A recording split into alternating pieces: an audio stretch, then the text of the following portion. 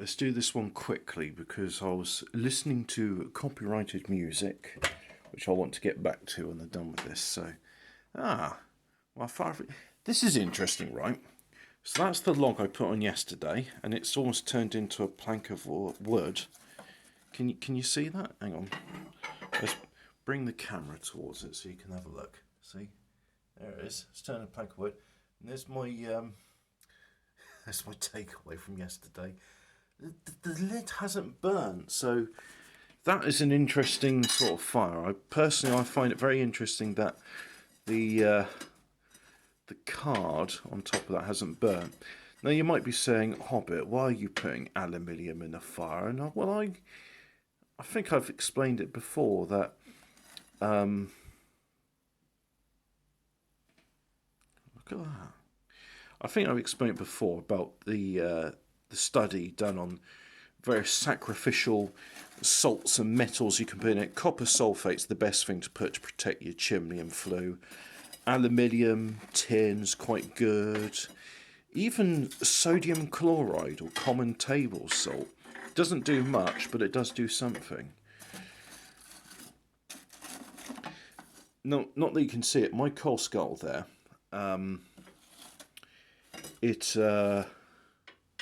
It what? It's made of steel and pretty thin steel as well. I can push it in without. Can you see me pushing it in? I'm not sure if that was visible or not, but anyway, I can push that in. The bottom of it has got holes now, and I didn't put the holes there. But of course, coal has got sulfuric compounds in, and my understanding is when rain washes on that sulfur, it turns into. Does it turn into sulfuric acid? If you're a chemist and you know what happens to coal or solid fuel briquettes when exposed to rain, let me know, because I'm pretty sure sulfur dioxide, that thing which caused the acid rain, when that washes with water, it turns into sulfuric acid. Yeah. Let's get a bit of cardboard. This is the best kindling you can use because it's free and it burns quickly and puts out a good consistent amount of heat. So would recommend. I asked myself, I said, this week, let's say it's a week to myself, what do I want to do? Do I want to do it? Do I want to go anywhere? Because I can go anywhere. I have the freedom to go anywhere I please. And I thought about it, and I gave it a bit more thought. And I even started looking at holidays in Gran Canaria because on average in January it has the warmest weather of all the Canary Islands, which surprised me because I thought Fuerteventura would be warmer. And I quite like Fuerteventura because that's the desert island, and I like deserts. What with being Eritrean and old Guy Fawkes, yeah. And no, I don't have any motivation to go do any of that really. I think I'm yeah, I think I'm down with a case of the seasonal affective disorder, as they call it now. They come up with these fancy bullshit terms. It's winter blues, lack of sunshine, long nights, makes everybody miserable. And I'm miserable. But it's not sort of miserable like woe is me miserable. It's more like, oh God, it's another slog to get through. Like yesterday, for example, I was doing the washing up. And I had to psych myself up for hours to do the washing up. And then when I did it, I did all the dishes, put them away, and then I brought coal in. I brought 2 loads of coal in for the main boiler and my little stove. Oh, also temperature check, 16 degrees, which is what's that? That's 61.7 in farting tights for the American audience.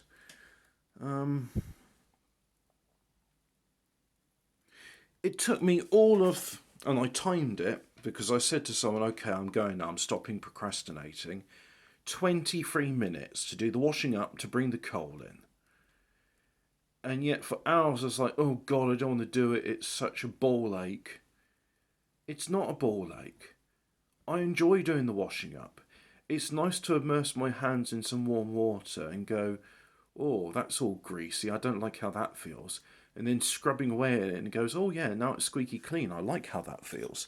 I enjoy doing the dishes. I never thought I'd be in a situation where I'd say, but I do it.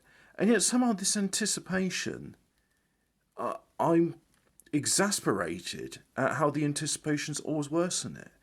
I mean, my mum, I took her to the dentist this week, and she was all dreading getting a tooth extraction, and well, they told her some horrible scare stories as well. So, but anyway, she went there, and they did the checkup.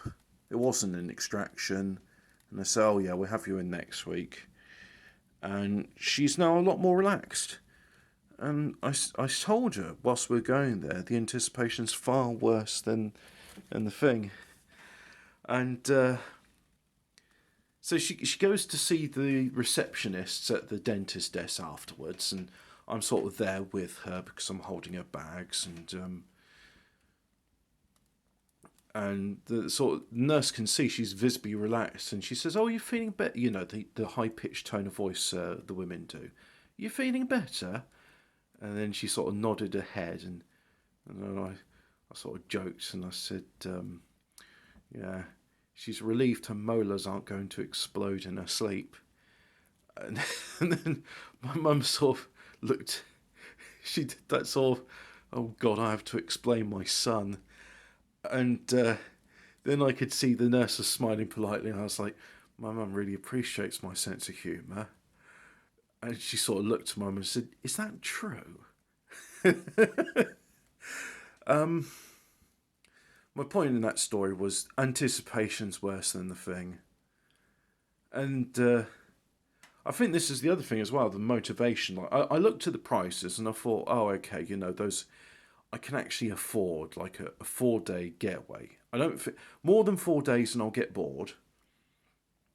But the idea of going 4 days to somewhere, saying "Hola, señorita," that would amuse me. And going to the beach. But the thing is, it's like, oh, the average temperature in Gran Canaria in January is 21 degrees.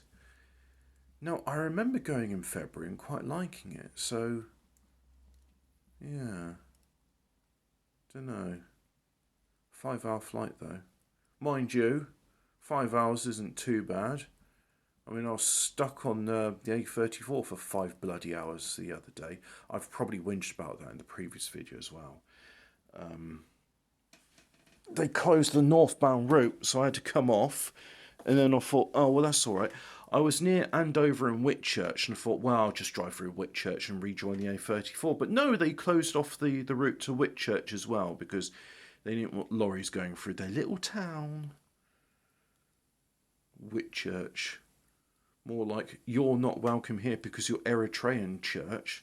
Ah, see, Guy Fawkes, I'm playing up on the Mer racism card. Look at me. I am the victim here. But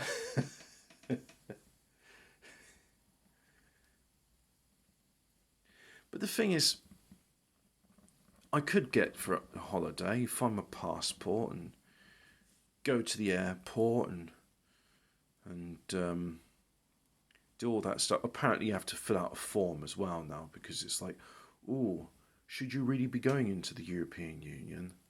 And I think that's a load of bollocks. So as an Eritrean citizen, I can have an Italian passport. I think I'll get in touch with the Italians and just say, oi, give us an Italian passport. I don't want to deal with the bullshit of having a UK passport anymore.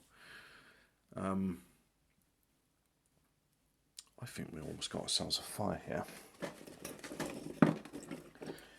But then I just thought, oh, it's a lot of hassle. And actually, you know what? I would quite like to play some computer games. And I don't have a laptop. I've got a phone. But now, in theory, because I have done it before, I could use Steam Link and have my computer on. And then I'd be able to play games from the laggy hotel Wi-Fi connection using my phone and emulating an on-screen mouse but no keyboard. Yeah, a bit of a ball ache really. And besides, the way I'd prefer to amuse myself is just going to a local bar or cafe, listen to the radio even though it's all in foreign, and watch the locals talking with one another. That's how I amuse myself. But I don't really want to go out at the moment. I don't want to do anything. I want to be comfortable, and thus, fire, because it's still 16 degrees. But yeah. God. Ugh.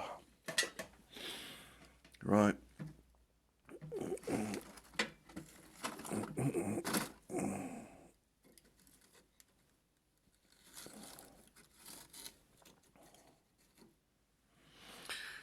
Yeah, I think we got ourselves a fire. I'll open up the vent so it breathes a bit better. But I'm pretty much done for this video. Bye.